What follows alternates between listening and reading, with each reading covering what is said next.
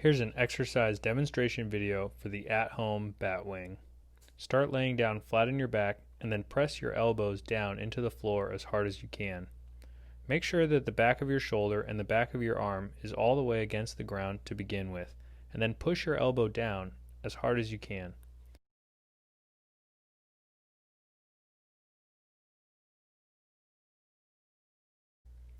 Make sure that your shoulders are retracted before you start this movement. So pull your shoulder blades together and then pull your elbow down to the floor. This is where your shoulders should operate when you're doing push-ups. Never protracted, but always retracted. The foam pool noodle can be a useful tool to feel this position and an excellent demonstration. With that pool noodle underneath my spine, you can see the movement of the shoulders as they pinch together and go closer to the floor. Keeping the elbows straight keeps the scapula in the right place while we move the upper arm. Focus on pressing your elbows down against the immovable object of the floor, and you'll feel that muscular tension in the middle of your upper back.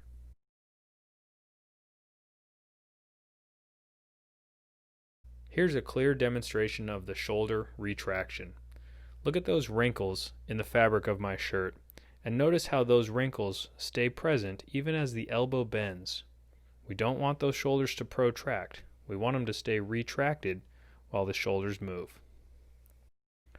Now, when you lay down on your chest and stomach, you can strengthen those muscles and introduce movement. By picking the hands up off the floor, we're working those muscles in a contraction that requires the movement. Don't overly arch your back. Just keep your nose pointed straight down towards the floor to ensure that you target the right muscles with this. Another variation is with the forearms lifting from the floor. Notice how the elbows move down towards the hips.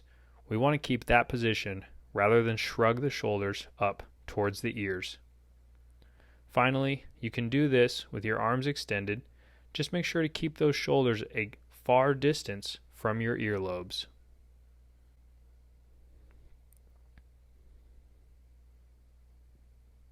You can hold the position rather than move if you need to.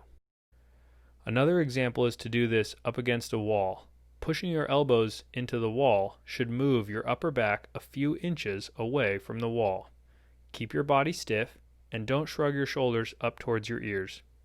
Elbow position should be halfway between those two positions demonstrated. Not too high and not too low.